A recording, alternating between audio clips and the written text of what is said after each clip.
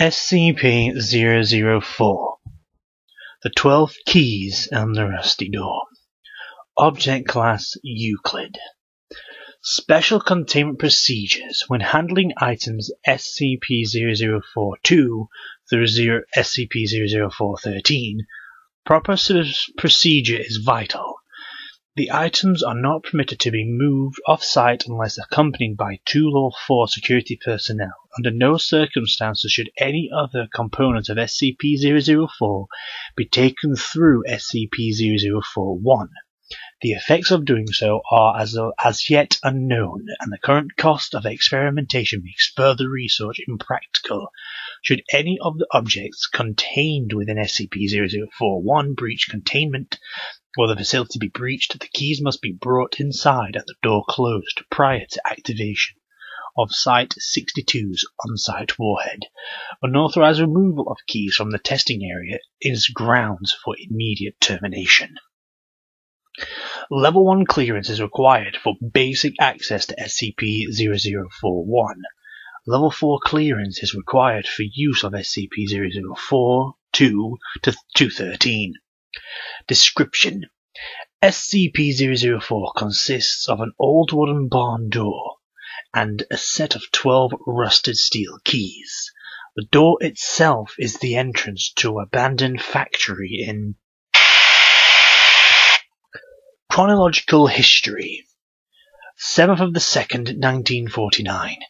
A group of 3 juveniles trespassing on federal property near find the door. According to their testimony, they found a set of rusted keys in an iron lockbox and determined what door the keys unlock.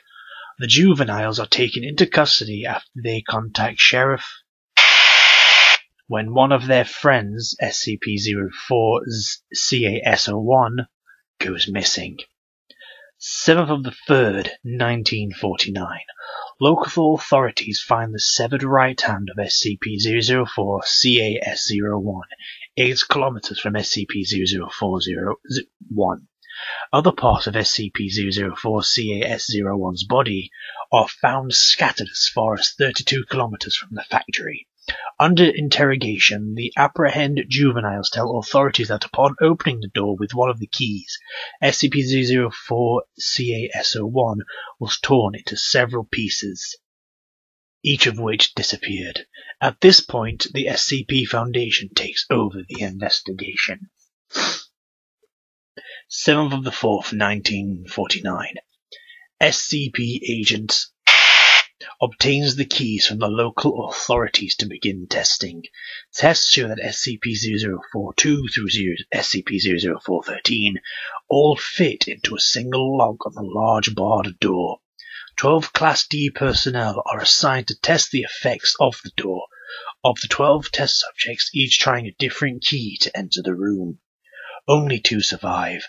Opening the door with any key except SCP-007 or SCP-004-12 caused the test subjects to be torn apart in multiple directions. However, non-disassembled parts were found until later. At the time of writing, only 2 parts of each subject have been recovered, with the exception of the subject using SCP-004. whose pieces were scattered in close proximity. The others have, for all intents and purposes, vanished from existence.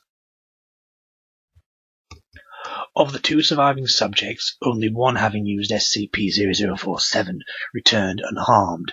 The other came back in a near catatonic state, able only to remove himself from the room and then collapse on the floor, and had to be restrained to prevent him from gouging out his eyes. See Appendix A, Mental Health Effects of SCP-004. The subject using SCP-0047 said that he had entered a large room, impossibly big for the size of the attached building. After his exit, SCP-041 was propped open and an armed squad of Level 3 personnel entered.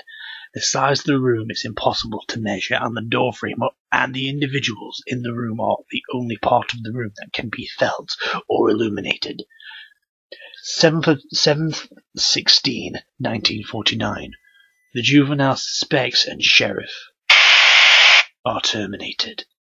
8th of the 2nd, 1949. Is declared a hazardous area due to unexploded ordnance and fences erected in order to prevent civilian ingress. Tests to determine safety of exposure to environments behind SCP-0041 begin. 12th of the 1st, 1950. Space-time anomalies resulting from exposure to SCP-004 are confirmed. Testing is suspended until further notice. 7th of the 2nd, 19.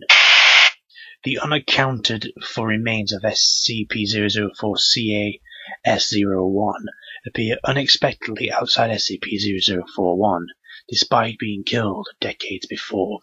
The remains of SCP-004-CAS-01 are not decomposed in any manner and are still warm to the touch. Blood remains uncoagulated. The remains are remanded for testing. 7th of the 4th, 19. The unaccounted for remains of one of the 12 original test subjects appear in similar manner to those of SCP-004-CAS-01. The remains have been designated SCP-004-CAS-02. Records suggest that both SCP-004-CAS-01 and CAS-02 used SCP-004. 3rd of the 21st, 1999. With the massive proliferation of nuclear weapons and World War III only years away, construction has begun on the site inside SCP-0041. The site is to stock supplies for person days.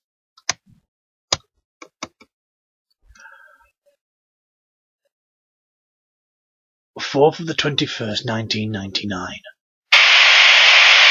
Has ordered the sites inside SCP-0041 to be expanded to include emergency storage for all mobile SCP specimens and a petabyte database for the storage of all SCP data.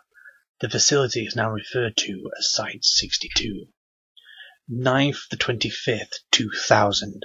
Site 62 is operational. Labs and containment units are complete and can contain the most dangerous specimens. Backup of the SCP database has begun. 1st of the 25th, 2001.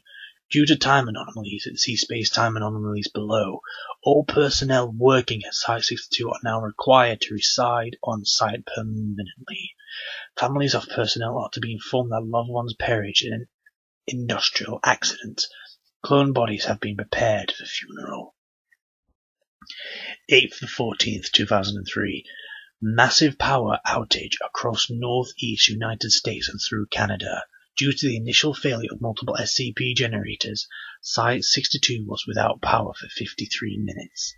During those 53 minutes, those on site were completely without any source of light.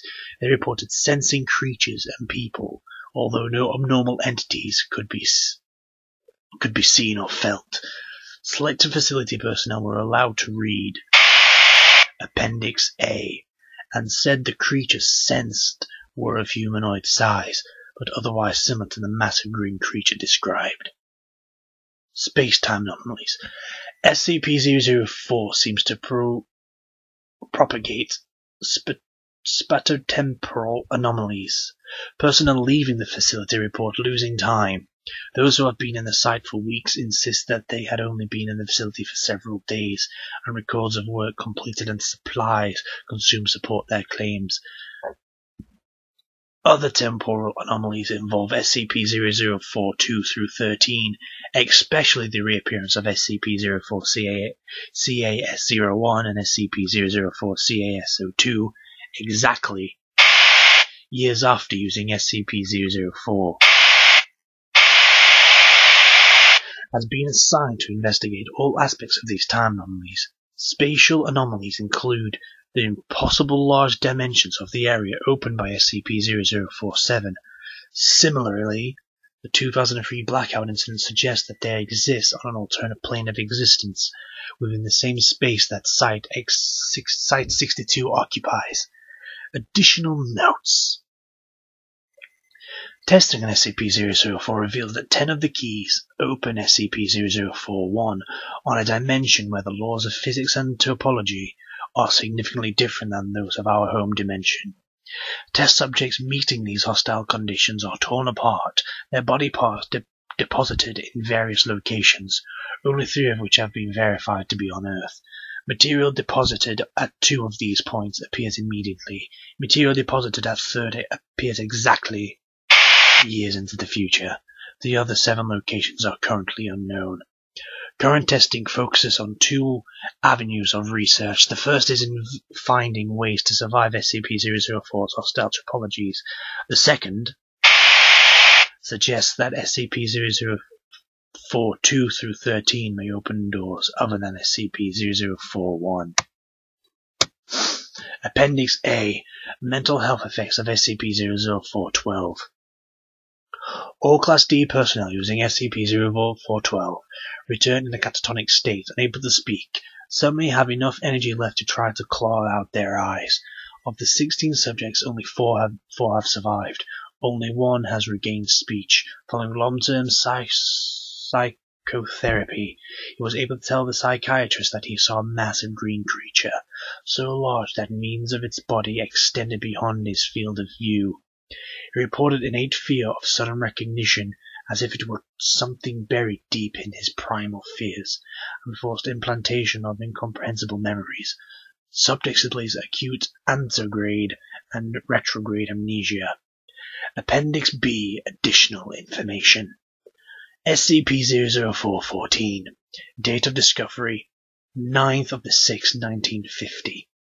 Object of origin. Origin of object. Object was discovered elsewhere in factory area in the previously undiscovered manager's office. Description. Object appears as a large unvarnished wooden box. The box may be unlocked by the safe key SCP-0047, as well as 5 of the unsafe keys. See document SCP-0041.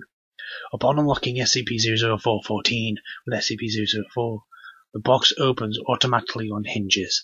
The volume of the space inside is precisely 5 times greater than the outer dimensions imply. Items placed within while the lid remains open do not affect the weight or any other properties of the box. When the lid is closed and locked, however, all items inside vanish intravertibly. Personnel locked inside the box are also intravertible, although losing personnel in this fashion appears to affect significant dreams experienced by